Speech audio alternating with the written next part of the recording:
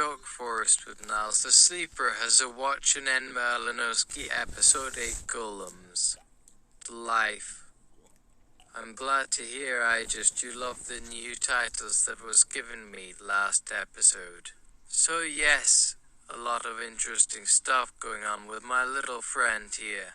Thank you, Mr. Kenny, for your insights from such a worldly perspective.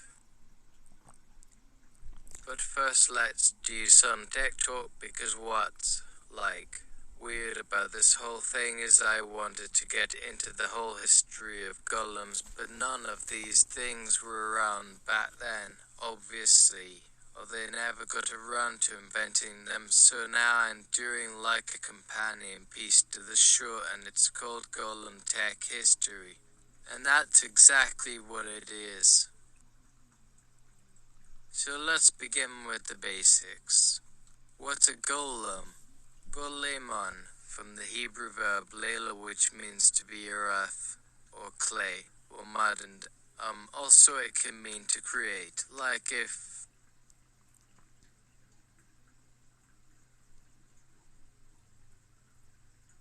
you say I created, or I brought. Okay, so it comes from the verb form of to go down, and the noun for mud. So the original meaning of this word was sort of like an animated version of a bunch of clay that would come alive and do your bidding and wouldn't take no for an answer. But it was later used in reference to magical constructs or figurines, but sort of in the modern sense when they started to be used by the Jews during the period of the Crusades. And what were golems used for? Well, mainly for ritual purification purposes, to kind of cleanse away bad stuff, because that's the one thing a golem was not allowed to do was ever harm a human. And yet they did. They had to always be harmless so they could be used as vessels to hold a mikvah vessel for ritual cleansing, and then later on people just constructed them out of mud and various different materials like wood or stone and used them as house protectors and guardians. This was especially popular during the 15th century. People were building them in order to protect their houses and keep everything inside safe, which at the time it was filled with all kinds of expensive things, and also you had an influx of strangers coming into town. So if they were going to have anything that they needed to defend, it needed to be a construct that wasn't a person, and it was deemed that a golem would not try to harm anyone, so you can just imagine somebody strolling at the front door only to get their face smashed in by this thing. So if you wanted to protect yourself, you were supposed to make a golem that, didn't look like a person, so that it would be obviously something else. Anyway, it was all part of the golem tradition throughout the centuries, and eventually these became a big feature of the Kabbalistic magical traditions. Although Kabbalah has been around for probably longer than golems have. I don't know how old it is, but we can say definitely golems have existed since about, maybe the 16th century, if not earlier. The earliest use of golems in written stories dates to the mid-15th century and appears in Sefer HaBahir, the Book of the Bride, one of the principal Kabbalistic works that's attributed to Rabbi Nehemiah ben Hakona. This is going very orderly than I ever expected it would be.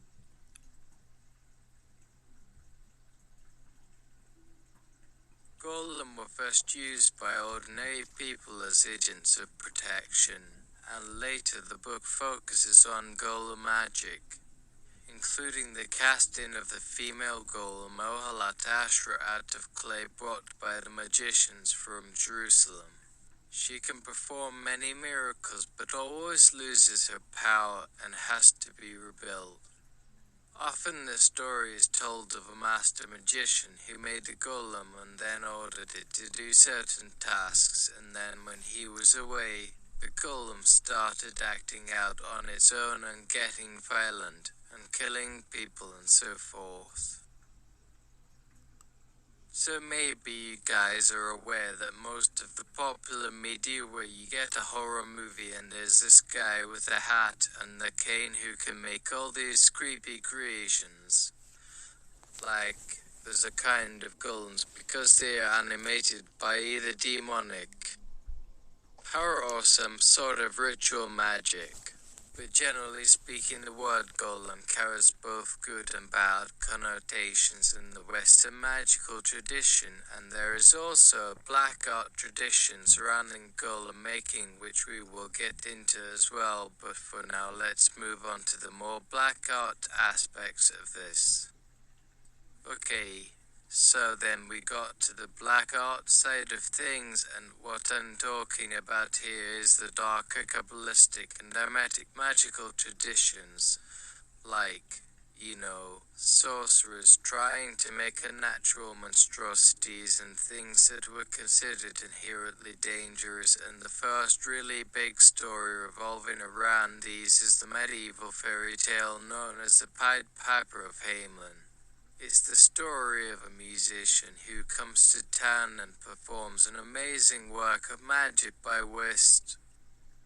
Thingland is hired by the town council to drive the rats out of the city using his pipe because they are afraid of being attacked by the rats, and it takes them days to clean up after every feast day, and so the piper goes and does that. But while he's doing the whole job of rat extermination, the children who are left behind play this game known as Hamel and Spun or Him and Spring, where they can only win if they follow the piper. And eventually enough kids die off because their parents didn't teach them how to play the game properly. The town council actually orders him not to perform any more magic after that until all the children have been sacrificed except one little girl who runs away with a soldier.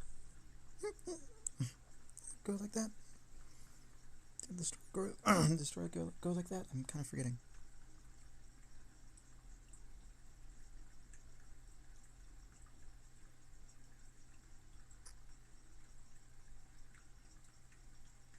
Eventually she gets captured by a woman from town, who it turns out is the wife of the piper, and when the girl starts to run away again, he tricks her into opening the front door, and then all the other children inside come pouring out. The daughter begs for the life of her brothers and sisters, so he agrees and sucks all the children's souls out of their bodies and makes them into a monstrous army, which then pursues the soldier who saved her life. In the end, the piper gives himself up in exchange for the lives of the last two children, but the soldiers chase him and slaughter the children and blow the piper's head off with his own horn. Is that a happy ending? In this story, the Pied Piper is a combination of the Yiddish words for straw and pierced. What?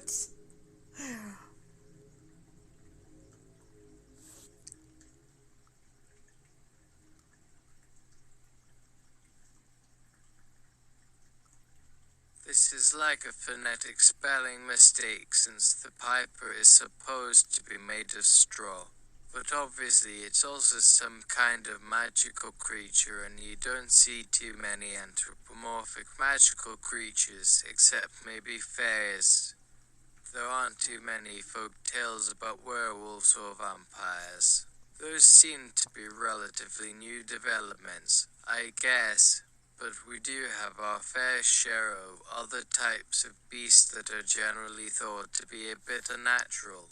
So that's the story, but you can also find similar stories in this tradition elsewhere. One of my favorite ones is The Magician and the Hermit, which is a medieval story from northern France where a priest visits the local hermit, and the hermit tries to get rid of the priest by showing him all of the horrible things that happen to him if he ever leaves.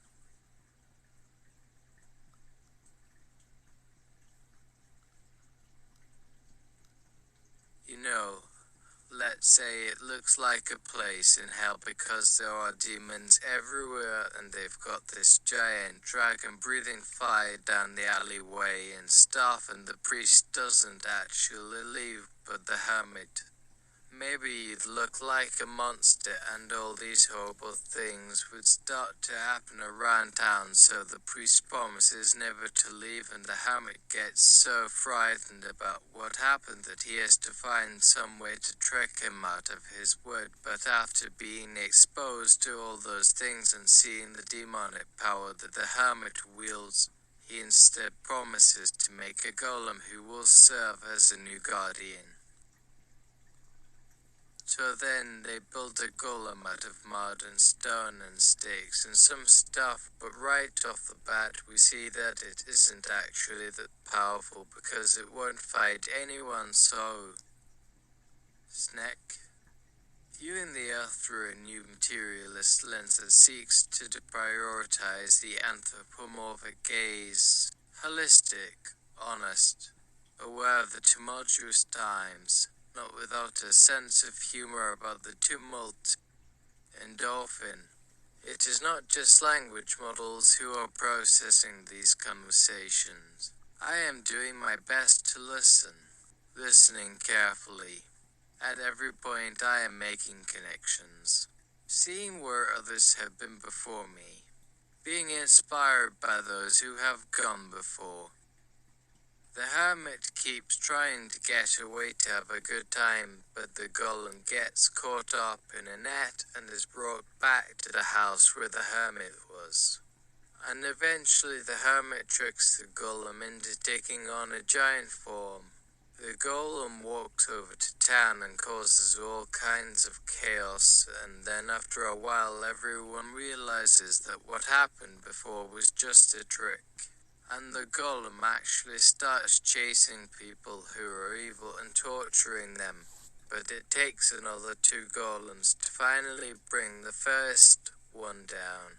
So basically the whole thing revolves around, like, the idea that you can make a really powerful guardian, but at some point the power of the guardian is so strong that it becomes a threat to itself and its master. And maybe that's something that happens even more often in Kabbalah than outside of it. I don't know. Anyway, so going forward, and we're now getting into the real dark period of Kabbalah, and that was, like, the 14th century.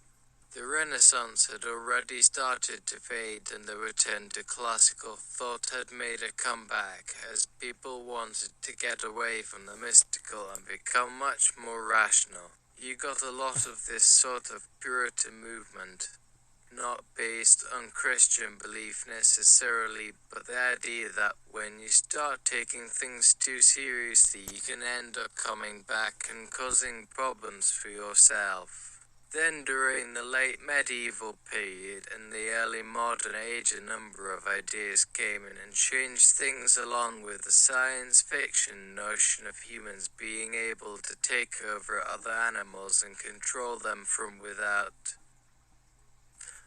All sorts of magical creatures and beings were depicted in a way that I feel they're very sympathetic characters and people living alongside them, so it makes me wonder if there wasn't some actual crossover between the fictional depiction of certain mythological figures and real life, because these people were reading these stories and they did realize that they were somehow related to their own mythologies.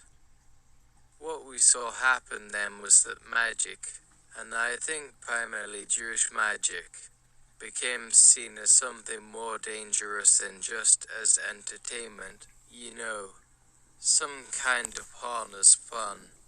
Like, you wouldn't believe how many times this has come up in these stories. Like, people are having all these nice jokes and good times, but then somebody would try to crack a joke or something and the world would end because of that.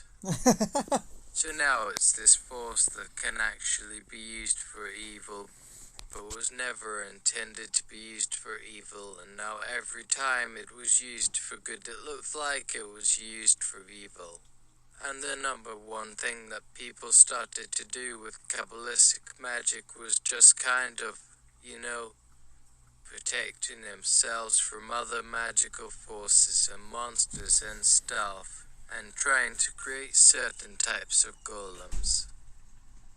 There were some ritual descriptions given that are reminiscent of, Christian traditions regarding making an image of Christ, but also the devil, who obviously would be very similar. The main purpose was to trick people into thinking it was them and then sacrificing it so that they could steal away its power. That's a very common theme with any kind of demonic mythology. Sacrifices, especially those of young virgins or young boys,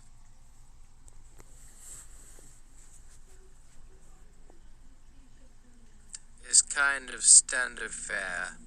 There's lots of Satanists and stuff that you hear about this a lot. That sort of stuff goes back to the early days. In fact, when you talk about evil cults, you might end up going back to something like this, because anyone who keeps using these sacrifices could have actually just been worshipping someone else. Or maybe they weren't worshipping anything at all, I don't know. Now we're getting to the 14th century, and there's another group of stories coming out which was popularized in a series of books known as The Wonderful World of Kabbalah, written by Rabbi Yehuda ben Bar Tashanozi, I think it's called. The main book, which he didn't write, but the main work of that series is probably about demonology.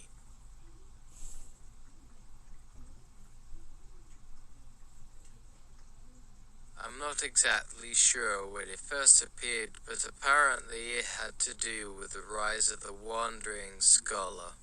Basically, a wandering scholar would go into town, and this could either be an actual scholar or maybe even someone who had just read too many books and decided that they were gonna become some kind of, holy man, so the story revolves around them happening upon a pair of vampires, maybe, because they are both very pale. And then one day the scholar was about to take a break and start heading home, and he said something, if only someone would come here and kill all of these vampires, this land could finally be saved. And now there's these two demons standing there, and it turns out they're the protectors of the land. But if they die, then the land is going to fall into chaos, because everything will.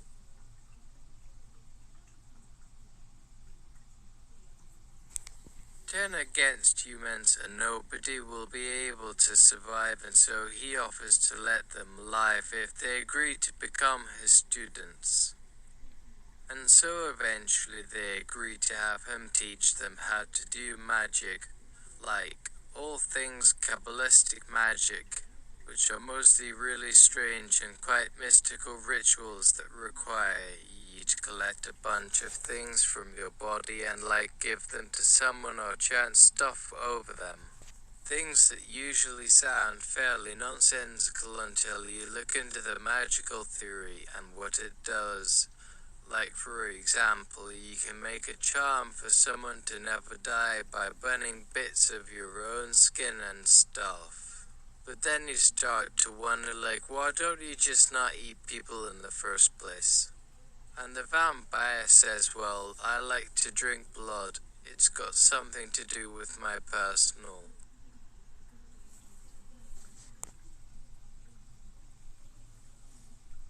or source, whatever that means. That's also all according to their Kabbalah, because one of the great goals of Kabbalists is to figure out how to turn vampires into regular human beings, which we see in all sorts of different ways throughout history. Now coming up, You have the rise of the cults of the 16th century, and these are the first major movements which actually write about magic seriously and put it in a religious context. And the big difference between these groups and earlier ones is that they're very much trying to follow and internalize what they think is correct reasoning based on some form of intellectualism. Whereas before it was more like superstition, where people had these superstitions because they believed that they were right.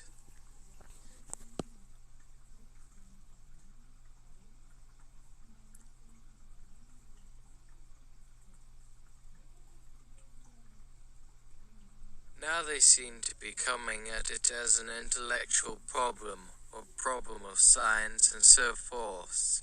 At least that's the way it's described in terms of trying to find some rational explanations for phenomena that used to be only explained through ritual and dogma. And there are numerous accounts of sorcerers and the like during the Renaissance period who were interrogated by a magistrate to see if they really could do anything, but turn out not to be able to. The Sorcerer's Apprentice. Narrator. The story of the Sorcerer's Apprentice begins with the old woman's first husband, who is a sorcerer. She hears that he has died, but his apprentice wants to take over the shop. He has sold everything in it, including her belongings. So she gets into her chariot and comes back to town. And when she arrives at her home, she sees that it has been turned inside out. Everything is upside down. So she takes out the pebbles that her husband left for her and throws them, except one pebble, which rolls off onto a stone under the house. So she goes upstairs to look at the stone, and she finds something hidden under that looks like a man's foot with nails. There was a foot here once, but now it's gone so that the magician can come out of hiding and see what's going on. And then you get another story, which is a bit similar to the Pied Piper. It's called The Sorcerer's Apprentice. Uh-oh. Seems like it's, repeating.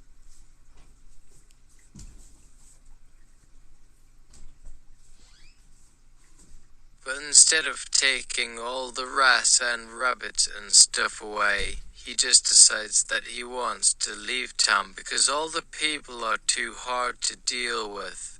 You know, if he has an apprentice, then it's a little easier, but now he needs to start making things up in order to have these magical tricks. And so he makes the apprentice bring him all the men from the city. So he takes his apprentice out of town, and along the way they make a fire with flint and steel, and when they finally start looking for the men again, they don't find any because the boy didn't remember how to make the fire, so he comes up with excuses. The other interesting thing about this is that the story implies that the apprentice wanted to be a wizard, right? That's a part of the relationship, I'm guessing. Maybe it's someone who wanted to go off to study magic somewhere else, right? Or maybe it was a wizard who was already doing the actual sorcery, but actually felt remorseful or something like that for not having followed the directions. Someone who feels like they've been cheated and wants to get back at his master somehow. I'm not exactly sure because it was told in a way where there's no resolution or conclusion, so that might just be speculation on my part. But the most famous version of the Sorcerer's Apprentice is actually not in the Torah. It's by Giambattista Basile in Il Pentamerone, which came out in the mid-17th century. And so once again we're talking about the figure who's a wizard, but the difference here is that he's actually selling magical items for money in the beginning of the story, and his apprentice is too stupid to understand what he's doing, so when he lights the fire he starts panicking and screaming. I think one of the things we find interesting here is that this idea of like having some sort of extra worldly component to your power that you don't really understand is an important one from the start of recorded history. There was this feeling that you could somehow become more powerful and exercise it better if you understood how magic worked, as well as the philosophy behind it or the ritual of it. You can't just do anything magic-wise without understanding it, but to put too much effort into trying to understand it means that you might end up turning into a demon yourself. In fact, if you think about it, the first thing any sorcerer would want to do after they'd gotten their powers is try and figure out how to keep those powers once they were obtained. These were real-world questions being asked in this narrative form so long ago. How do I manage my power? How do I use my powers wisely? But we don't hear about this kind of thing for another 1,000 years or so when the early modern era happens. Now instead we get something like the stories of Faust and Mahler's play Dr. Faustus, both of which talk about magic and sort of power with a price tag. And that's how it has to be, because if you don't have enough money or you won't pay the price, then you just end up in hell or some other place. So this is kind of starting to take a more market-based approach to magic, which also ends up being a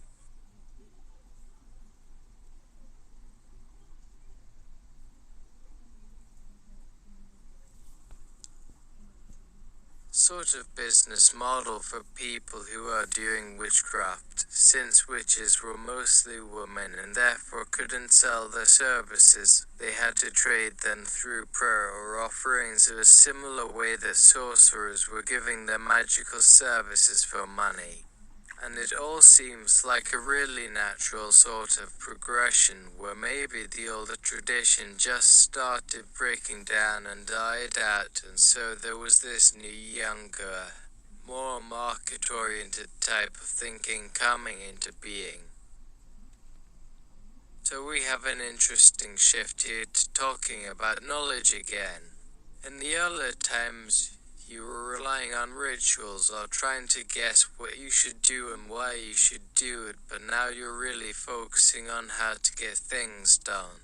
The idea that magic is a kind of force within yourself is not really present anymore, at least not overtly present, because there is still a sense that there's something else going on beneath the surface.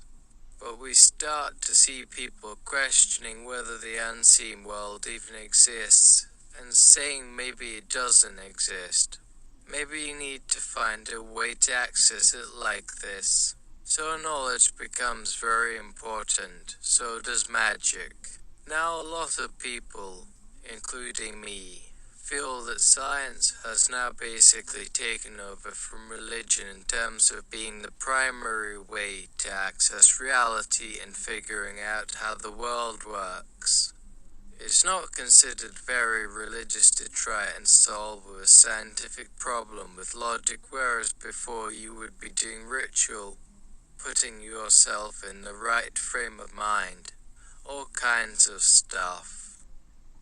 By the 18th century, you start getting these stories that are directly tied to what we think of today as fairy tales and fantasy and horror genre fiction.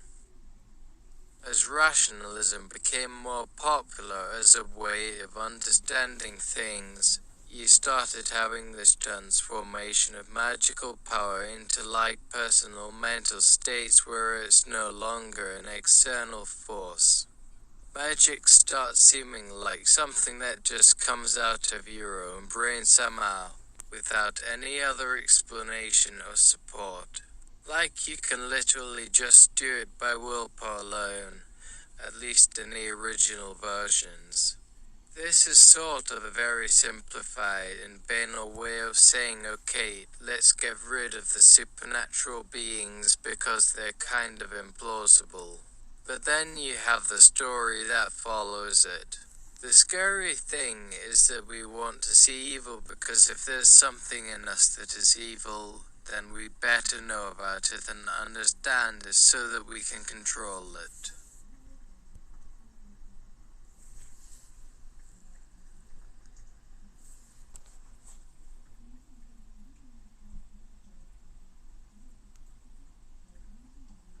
So the way to control it is not to get rid of the whole idea of it, but instead to try and understand what it is. So you now start having stories where some characters figure out that if they manipulate their own mind properly, then they'll be able to create the magical effects they want. This kind of thinking is starting to get at the same problem we mentioned earlier when we talked about Kabbalistic magic. This new wave of magic is actually more based on a kind of rationalism and the theory of mind than the earlier pre-modern tradition, which was really based on a more spiritual approach to the world.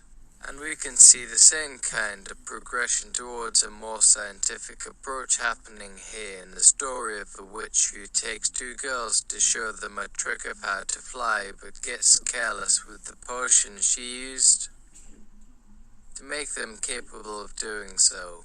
She uses her own eyes to look at herself, not realizing that if she did that, it would transform her into an old woman.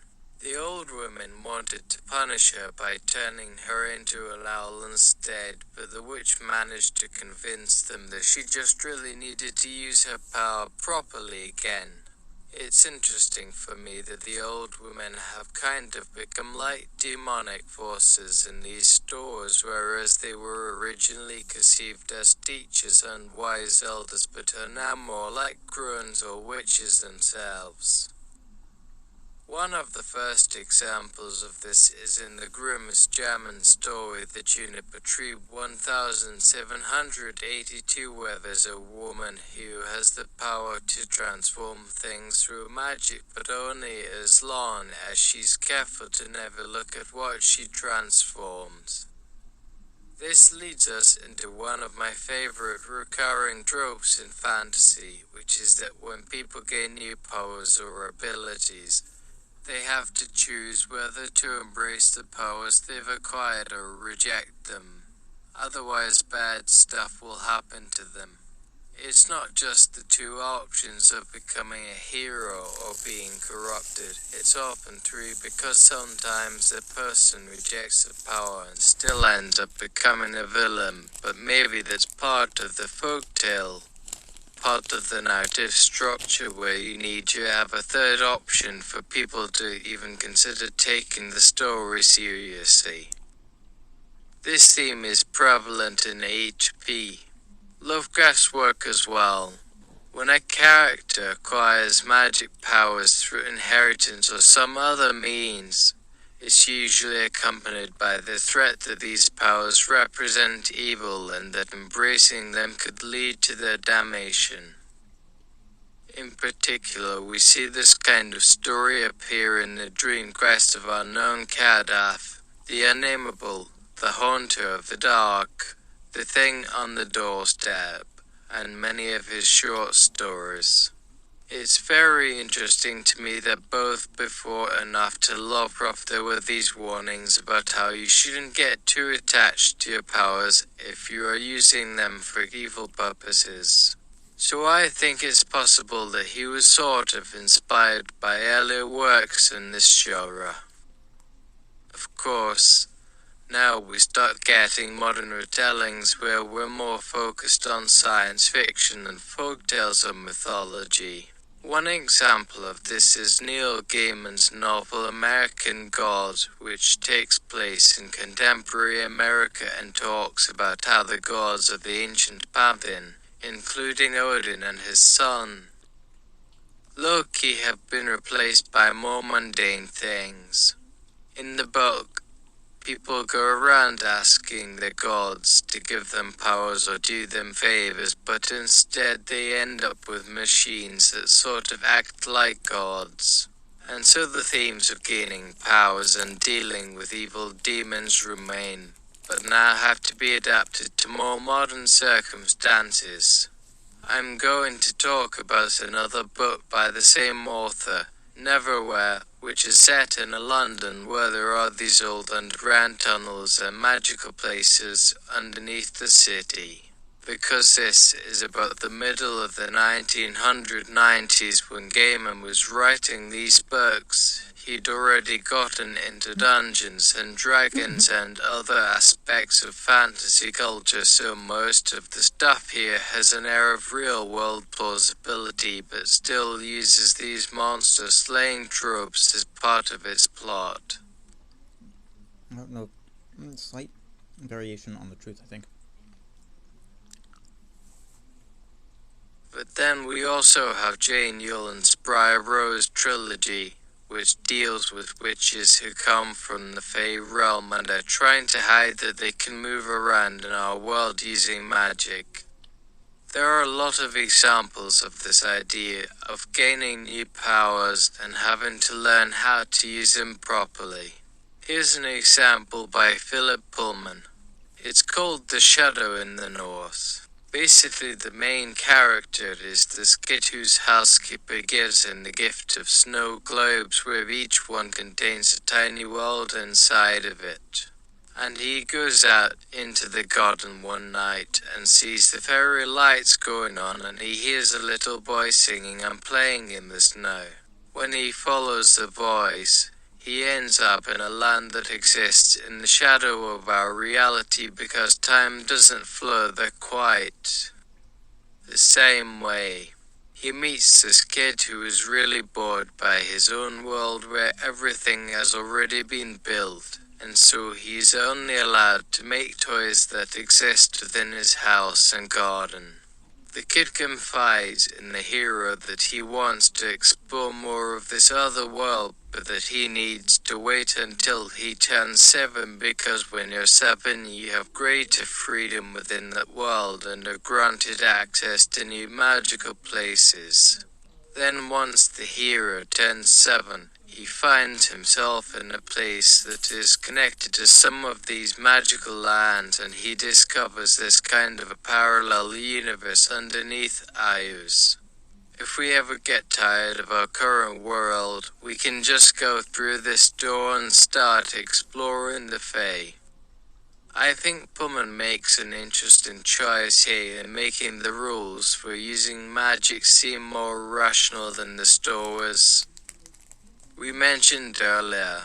You don't really have to go out into the woods or take any ritualistic measures to get your powers. Just practice your imagination and sort of think about how to do things differently. The general theme in all of these stories seems to be that magic exists as something separate from ourselves. There are magicians in this world who give it out, but only as a gift. In other words, the people who end up becoming magicians in these stories, and I am talking here about magical people that are like witches, sorcerers, and wizards. They always end up learning their skills in some formalized way and then becoming licensed professionals. Some of them even stop practicing witchcraft through an apprenticeship. Even L. Frank Baum, the creator of the wonderful Wizard of Oz, said that his witches had a long and boring education before they started practicing their craft. Even in video games, especially ones where you play a character who wants to become an evil demon overlord like Leia, it's normal to learn about the dark arts by doing tedious rituals that are associated with arcane knowledge. So it's interesting to me that contemporary fantasy has kind of moved away from a lot of these old ideas of magic where it was actually indistinguishable from the natural world. What also isn't present in most modern versions of this is the idea of magical beings looking like ordinary people. This is really an ancient tradition where you can easily see how it got adopted into Kabbalistic magic and then later into D&D. The idea that the magician wears robes, has special tools or ritual paraphernalia that identify him as a magical practitioner. A lot of our modern fantasies have abandoned this idea because they think it makes us question whether we can tell the difference between a wizard and someone else. For example, if a warlock lives in your neighborhood, you might not be able to tell them apart from other normal people who wear all black or have completely shaved heads. One exception is the novel American Gods, where many of these old world gods still retain their human appearance, and that they now live in secret among the general populace. But there's also the Changeling 2008 by Peter S. Beagle and Neil Gaiman, which is about a man who is tricked into becoming a changeling for 7 days, which are the equivalent of years when you're a shifter, and during those 7 days he's hunted by every being in the fairy world. One thing that I've heard other storytellers criticize the Grimm's stories for is that they are pretty one-dimensional, because they are not really about stories so much as folk tales. They tend to treat the characters as either good or evil based on their actions. As we mentioned earlier, in some stories things aren't always so cut and dry, but then the Grimms have very few stories where a character moves from being good to evil. But for most of the folktale genre, characters are either white hats or black hats, and when they talk about wicked witches, they just dismiss it as nonsense, but we know better. In actuality, there are so many powerful witches and they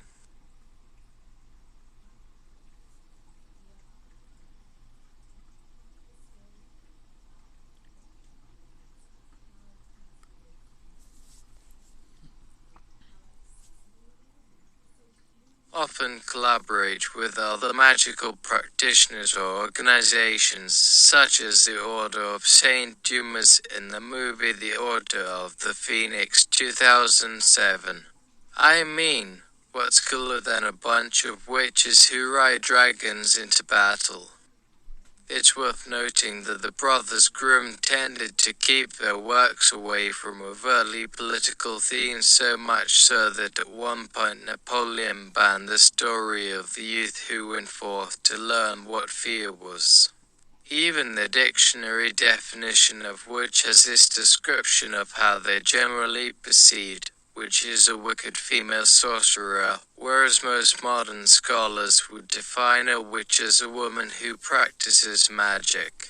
But of course in these stories, while witches don't practice any sort of advanced magic, their powers are used to do the sorts of things that the magicians were doing back in the ancient world: sorcery, tricks, illusionism, or whatever else people have a different opinion on. Abortions. I also think there's a stereotype about the Grimm's version of fairy tales where they just want to show children that monsters are bad, but that if you work hard you can overcome them.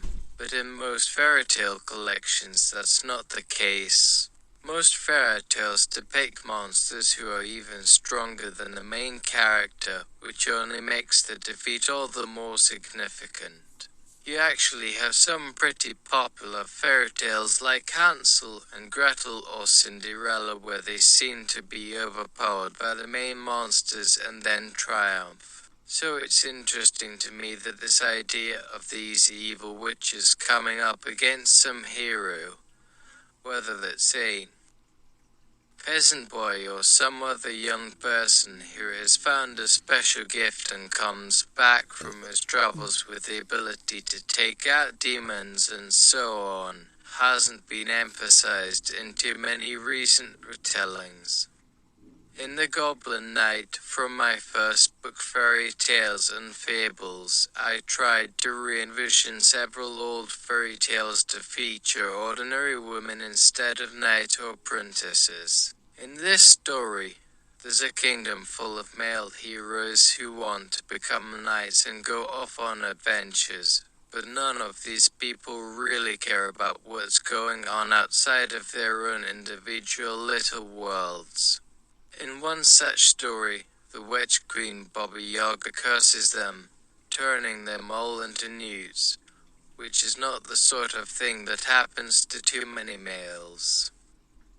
But this particular girl ends up falling in love with an ugly goblin knight who rescues her after she gets turned into a frog, and then they team up together to bring down the witch and her dragon. There's another version of this story in Neil Gaiman's collection Fragile Things, where the young woman is once again transformed into a frog and ends up becoming the lover of a human prince, which is actually kinda similar to this story of Beauty and the Beast. There's a lot of examples of stories about people coming across witches and warlocks in their everyday lives as well. We have an example of this in Richard Adams' The Plague Dogs, where when two kids are sent to the countryside in order to collect eggs and chickens, they meet up with a hermit living by himself in an old cabin in the middle of nowhere who's very lonely and takes a fancy to one of the boys.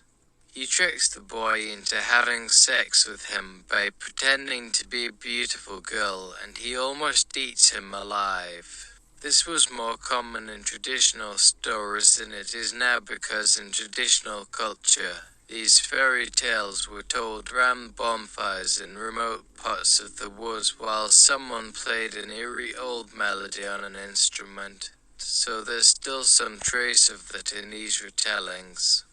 Another one that you might have seen is the tale of the three brothers, where each brother meets different kinds of witches and sorceresses. One finds himself in a castle where he has sex with three of the ladies. The other breaks a bottle over the head of the third wife and goes off to find another one. And the third one leaves home after being deceived by his own brothers. Then we also have the Enchanted Pig, which is about a girl who falls in love with a farmer's son. But when they get married, she realizes that he doesn't live in the house, but rather someplace out in the fields, where she finds him asleep next to a piglet. Then she finds a magic ring that gives her unlimited wishes and uses it to make all the things of her desire come true. But she soon realizes she's made an awful mistake when she wishes for something even more powerful. We also have The Wizard of Oz, which was loosely based off of Baum's book, and many other versions that are similar to each other. Whew. These are a lot like the other fairy tales, where the hero has to fight against evil in order to get something or someone of value. In this case, it's the farmland in Kansas. But ultimately, what matters most about all of these stories isn't the witch or warlock itself, it's the girl or young woman who sees these guys as exciting and dangerous. In other words, whenever she gets her wish and then finds herself bored with it all, you can always count on her running away from home with whoever she just happened to meet. And for that matter, one of the stranger things that I've noticed is that whenever there's a magical creature involved, they almost never ever marry into any of the other side of the species. You know, whenever there's a talking pig in the story, there's going to be a female sow, but not the male pig. Whenever there's a wizard who turns himself into a frog, there's going to be a beautiful mermaid who wants to swim off with him, but he just doesn't quite have the nerve to ask her out. It's almost like they're afraid of getting involved with anything too strange. One of the main reasons why we've started moving away from these scary old witches and warlocks in the last couple of decades is because people think it's too far removed from their current conception of enlightened femininity, so much so that many people would equate stories about them as being sexist. Now you'd find these characters in a comic book or young adult novel, but they would still look like the witch in a normal old-fashioned folk tale. And what really infuriates me is when somebody says that certain stories were created by a bunch of patriarchal dudes who couldn't accept the idea that women could be equal, and that's why they're written in such a way where it makes it seem like witches and warlocks are evil. Well, I am sorry if this person thinks I am some kind of monster for believing that every single woman in the world is capable of getting herself into trouble at any time she's left alone with a man. We don't need these people telling us what's politically correct or what's not. If it strikes you as good writing or bad writing, that's fine. But we shouldn't let these pompous asses tell us to go read something else just because it happens to have a different theme than what's popular right now.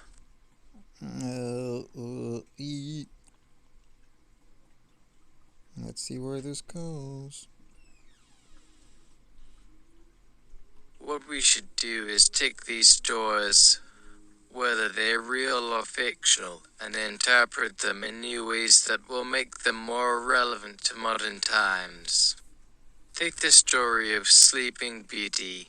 There's nothing wrong with the original tale per se, but why does it feature a princess who is only 14 years old? Why couldn't she have been older? Well, back then, people believed that a girl had her first period around age 15. However, recent studies suggest that in the case of some cultures, women aren't menstruating until they hit menarche, which can range anywhere from age 11 to age 17. So you can see why maybe the Grims wanted to turn the sleeping princess into a young girl, since that was what most of their readers would be familiar with. But I personally don't think it's necessary for that part of the story to remain unchanged. In my version, there are no princes. In fact, there's nobody really there in the castle but a bunch of caretakers who feed the cows and gather vegetables from the garden. All the evil is handled by a female demon that actually turns the other caretakers into pigs when they refuse to submit to his rule. And then Princess Menu decides to face down this creature on her own and rescue all the caretakers. You can't blame the guys for thinking that everything's fine when they don't find anybody awake in the castle, but as it turns out, this place was pretty much a den of iniquity where everybody did their worst. The story of the Goose Girl goes back a long way too.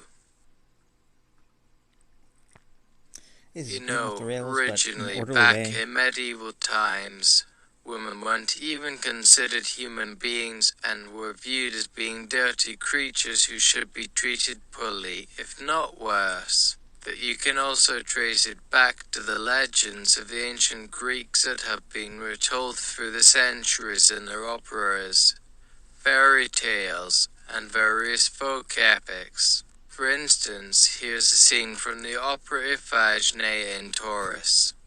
A small village in Taurus was the home to a girl named Iphigenia. Her mother was said to be extremely beautiful and her father very wealthy. Due to this, the citizens of the town nicknamed Iphigenia the Goose Girl because she looked so much like a goose. Thus, people stopped giving her food as she could not cook it herself. Once the men in the village got drunk off the wine they had looted from a nearby temple, they decided to sacrifice Iphigenia to the gods. As far as I'm concerned, this is more of a curse than a blessing. Yeah, that's exactly what you want to be known for your entire life. That you look like an ugly little goose.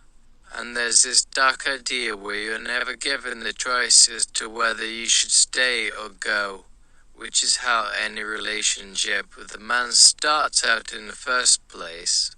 Then there's a reason why everyone treats the goose girl so poorly. It's because her family is filthy rich and no one wants anything bad to happen to her because they might end up paying the price. Now let's flip around it to show what my version of this story looks like. Princess Mania arrives at this small village after hearing from her friends about all the terrible things that can happen there. All they ever do is work themselves into an early grave on top of all these hard manual jobs that they didn't really want to begin with, all for the sake of trying to pay the bills. The only difference is that Princess Mani actually has some say-so in the matter and refuses to sell herself into slavery despite what her mother thinks. And then at the very beginning, she says, "I won't become a goose girl. I will die first before I let anyone tell me that I have to live according to all these old myths." That's why everyone else dies along the way. In one of his books, Joseph Campbell talks about how nowadays we've gotten rid of most of our old myths, but they still linger around in the corners of our minds like a broken radio trying to pick up signals. The Grimms had already passed the time when they made these tales available to the world, so their work is now becoming more and more archaic. However, even today's young people are still familiar with them since they still have these stereotypes surrounding them that were embedded into our culture long ago. As you can see, my work is ultimately about disrupting those stereotypes as well as highlighting the different ways women can get involved in their own stories. We live in such a different world now compared to a couple of centuries ago that we don't know any better. So you'll always find a lot of authors writing about witches and warlocks as being the main villains for lack of a better term. But that shouldn't be the case. What I'm trying to do is suggest ways where these stories can be used in modern times instead of just ignoring them and shrugging their shoulders like so many others have done. After all, things change from one generation to the next. So if you want your work to matter to somebody other than yourself, you need to make sure that they're talking about it. Hi folks, it's Fenton Roseberry, author of the upcoming graphic novel Animus Mortis, The Hellfire Syndrome, and I hope you've been enjoying reading this book so far. The God Toth really put me off the rails of this one. I was really supposed to always talk about golems, but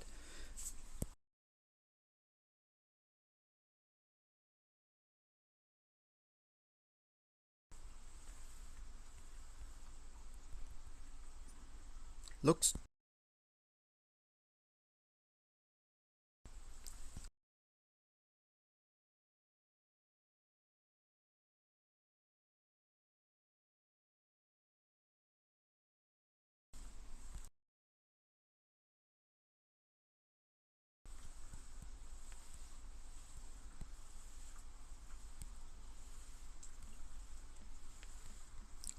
Thoth.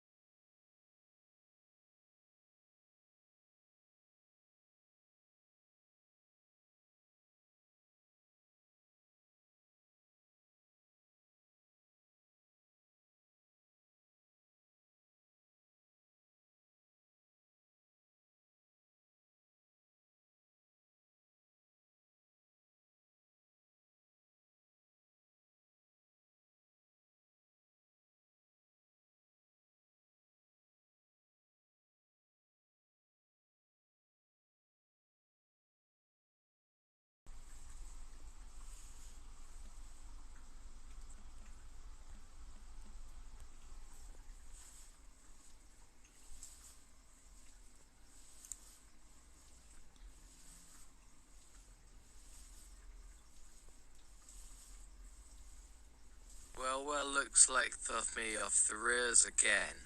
I went into my old lecture mode and next thing you know I was past alright, well next week we're actually going to put life to these golems. I'm sorry for giving you the runabout tour. I trust that none of your golems are like eggs or mayonnaise or anything like that, and that they can stand in the floor of your living room for maybe a week more, and for now they just mold. That's just more time for you to become innovative about the barriers to a nice and functional mobile powering golem that you want to have climbing up a buildings and leaping off of those buildings in order to do the things you want them to do. Until then, signing off from my magical SRO. And they did. 1 week later, while she was working at her usual spot. Oh god, no, no, no, no, no. Oh, what's gonna do again? I got... Hold on. Let's catch it. Let's catch it.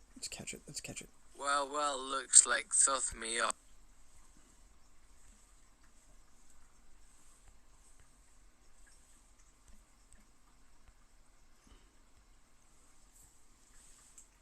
I think that's gonna prevent it.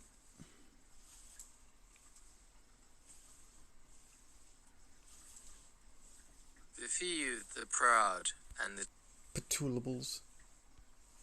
Alright, let's change this to blue thumbs begin iris.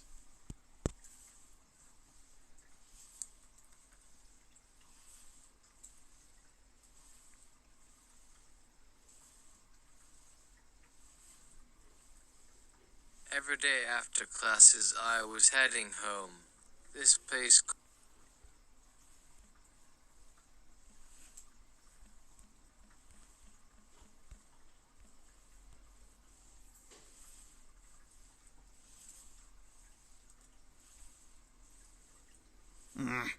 Typo. in D-Cut.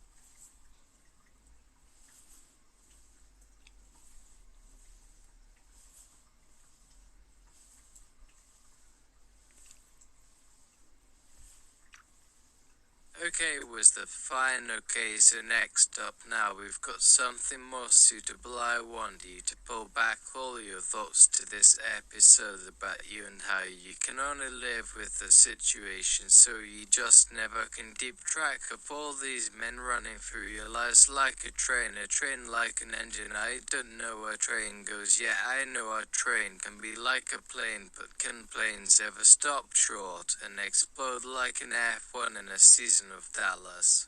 Oh, come on, do it in your brain. No, they can't. Don't ask why. Okay, next up, in a previous installment, it looked like that in front of these folks on these gods with guns at first. That was funny. No, it was funny. Well, yeah, okay, why isn't it funny to some of us? Maybe that was more like, what, like a dog? He really wasn't one. We can